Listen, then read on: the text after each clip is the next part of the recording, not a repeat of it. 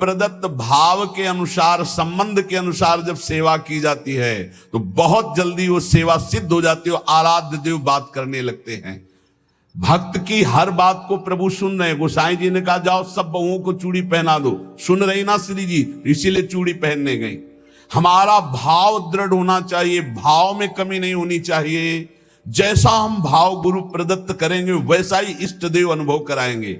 जाकी रही भावना जैसी, प्रभु मूर्ति देखी तीन तैसी। एक अयोध्या में उमापति नाम के महापुरुष निवास करते थे। ये बहुत शास्त्रों के ज्ञाता और भजनानंदी महापुरुष थे। तो इनको अपने में भाव आता था कि मैं गुरु हूं, राम लक्ष्मण भरत शत्रुघ्न का, ये मेरे पुत्र और शिष्य के समान है। तो ये जब मंदिर में जाते कनक भवन में, तो कनक बिहारी राम जी को ये माला खरीदते, पहन के जाते और अपना पहना हुआ माला देते कि राम जी को और लक्ष्मण जी को पहना दो, और सीता जी के लिए कहते कि आधा दरवाजा मोड़ दो, पर्दा कर दो, बहू है हमारी। ये रोज ऐसा करते। पुजारी वैसा ही कहते, जैसा ही कहते, क्योंकि महापुरुष थे उमापति जी। पर वैष्णव जन, संत जनों को अच्छा नहीं लगा कि भगवान को अपनी पहनी माला पहनाते हैं। सब वैष्णव जन खिलाफ हो गए और कहा ऐसा नहीं हो सकता, भगवान केवल तुम्हारे नहीं कि तुम आकर अपनी प्रसादी माला भगवान को पहनाते हो। तो उन्होंने कहा यदि आप लोग ऐसा कहते हो तो हमारी बात सुन लीजिए। गुरु के सामने शिष्य कभी अमनिया माला पहन ही नहीं सकता, भाई हमारे शिष्य हैं। बोले हम तुम्हारी इन बातों को नहीं मानते भावुकता की, लेकिन कल से आप ठाकुर जी को अपनी प्रसादी माला नहीं पहनाएंगे। वो अमनिया माला लेके आए 10 और कहा लो पहनाओ। तो जो राम जी के गले में डालते टूट के गिर जाती, लक्ष्मण जी के गले में डालते टूट के गिर जाती। 10 माला पहना दी, वो सब टूट के गिर गई। सब संत और वैष्णव खड़े देख, बोले देखा ये भला अमनिया पहन सकते हैं जब मैं इनका गुरु हूं। वशिष्ठ भाव से वो रहते। फिर उन्होंने माला मंगवाई और सामने माला पहनी और जे ही दी कि लो पहनाओ, वो माला टूटी रही, वो माला धारण हो गई। पंडित जी ने सब संतों से प्रार्थना की कि ठाकुर जी को जिस भाव से भजा जाता है ठाकुर जी वैसा ही व्यवहार करते हैं। आप अपने स्वामी के रूप में देखते हैं, लेकिन ये हमारे शिष्य हैं, हमारे पुत्र के समान हैं, क्योंकि मैं वशिष्ठ भाव से रहता हूं, इसलिए प्रभु मेरे भाव का पोषण कर रहे हैं, आप लोग अन्यथा ना समझिए। और जब ये मंदिर जाते तो पुजारी से कह देते कि जानकी जी की तरफ का दरवाजा थोड़ा सा जैसे बहु ओट में होती है ऐसे करो, कर देते। भावानुसार पुजारी जी जे ही देखते कि उमापति पंडित दर्शन करने आ रहे तो जानकी जी की तरफ दरवाजा कर देते या पर्दा कर देते। पुजारी जी विशेष सावधानी पूर्वक ऐसा करते। ये भी भक्तों को अच्छा नहीं लगा कि तुम ये अकेले थोड़ी दर्शन करते हो कि जानकी जी का, वो हमारी माता है, हमारे सर्वस्व हैं, आप ऐसा। तो एक दिन पर्दा नहीं किया। तो जे ही उमापति पंडित जी गए तो फटाक से आधा दरवाजा अपने आप बंद हो गया। सब आश्चर्यचकित हो गए, क्योंकि ऐसा कैसे। बस ये बात समझ लो, प्रभु भाव को बहुत पकड़ते हैं। भाव ही सबसे बड़ी वस्तु है। धड़ाक से दरवाजा बंद हो गया। पंडित जी ने पुजारी जी से कहा आप कभी चूक मत करना, जानकी जी हमारी बहू है, हमारे शिष्य की है, इसलिए वो कभी हमारे सामने ऐसे नहीं, पर्दा करके। तो पुजारी ने और संतों ने जान लिया कि महामहिम भाव को प्राप्त महापुरुष है। सबने क्षमा मांगी। गोसाई जी स्वयं पद रचना करने में कुशल और गा करके ठाकुर जी को पद सुनाने में कुशल।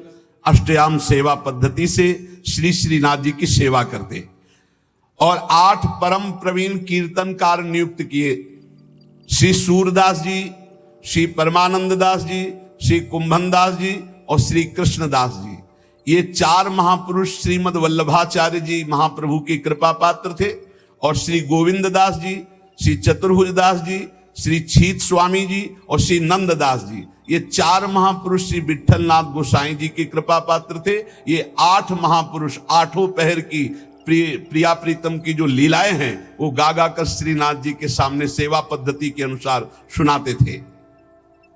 एक बार की बात है, किसी विठलनाथ जी श्री ठाकुर जी को भोग लगा रहे थे, तो भोग में एक तिनका देखा।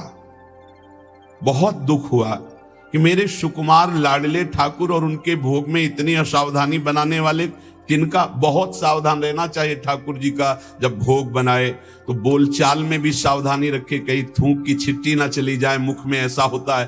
तो अगर कभी बात करनी हो तो रसोई से ऐसे करके बात करे, वैसे तो बात कम ही करे, मौन धारण करके बनाए। क्योंकि अगर हम पद जोर जोर से गाएंगे या बात करेंगे तो हमारे मुख से थूक की छिट्टी ठाकुर जी के भोग सामग्री जो बन रही उसमें गिरना हो सकता है। कितनी सावधानी महापुरुषों के चरित्र से हमें प्राप्त होती। तिनका को देख करके बहुत दुखी हुए और कहा कि आज हम हैं, तब हमारे ठाकुर जी के भोग में तिनका निकला और कल हमारा शरीर छूट जाएगा तो तुम लोग कैसे हमारे ठाकुर जी की सेवा करोगे। तो मैं आज ही संन्यास धारण करूंगा और विचरण करूंगा, जैसा मनावे वैसा करो। आप इतना कहे तो सब लोग बहुत दुखी हो गए। सबने अनुनय विनय की कि एक बार अपराध क्षमा कर दो, ठाकुर जी के भोग में कभी त्रुटि नहीं होगी। आपने कहा हम परिहास में कभी झूठ नहीं बोलते, हमने कहा संन्यास लेंगे तो अब संन्यास लेंगे, अब हम तुम्हारे बीच में नहीं रहेंगे। श्री ठाकुर जी श्रीनाथ जी से आज्ञा लेने गए। ठाकुर जी ने बहुत उदास होकर के कहा, गोसाई जी एक गेरुआ वस्त्र हमको भी मंगवा दो। बोले आपको क्यों जय जय, आपके पास तो बहुत सुंदर सुंदर पोशाक है। बोले हम आपके बिना नहीं रह सकते, अगर आप सन्यास लेंगे तो हम भी सन्यास लेके आपके साथ ही चलेंगे। देखो कैसा प्यार करते, जैसे माधोदास बाबा जगन्नाथ जी को प्यार करते तो जगन्नाथ जी से जाके आज्ञा ली, जय जय अब ब्रज 84 कोष आपकी लीला भूमि में जाना चाहता हूं, आदेश दे दो। बोले बाबा आपके बिना हम रह नहीं सकते। बोले नहीं जय जय, हमारे पास इतनी भोग सामग्री नहीं कि मैं रास्ते में आपको भोग लगाऊं, आपको नहीं ले जा पाऊंगा, पर हम जाएंगे ब्रज 84 कोष दर्शन करने आपकी लीला भूमि के। ठाकुर जी चुप हो गए, उनके आगे बस कहां। अब वो सुबह प्रातः कालीन चले। अब सुबह सुबह ही इतनी भूख लग आई तो उन्होंने कहा आज तक कभी ऐसी भूख नहीं लगी। तो एक माई थी तो उससे कहा माई बहुत भूख लगी, कुछ मिल सकता है। तो बोले बाबा अभी बना देती हूं। तो कुछ समय में वो भोजन बना करके पवाने, और जब पवा रही थी माधवदास बाबा को तो रोते जा रही थी। तो बाबा की दृष्टि गई, बाबा ने कहा माई रो क्यों रही हो। बोले इतना सुंदर सुकुमार लाडला बालक तुम्हारे जैसे बाबा जी के साथ कैसे आ गया, इसकी मां कैसे रहती होगी। तो उन्होंने भागवतिक दृष्टि से देखा तो थाल में बैठे जगन्नाथ जी पा रहे थे। बोले इसीलिए भूख लग रही थी, हमें पता क्या कि तुम्हें भूख लग रही, तुम क्यों साथ। बोले बाबा मैं नहीं रह पाऊंगा आपके।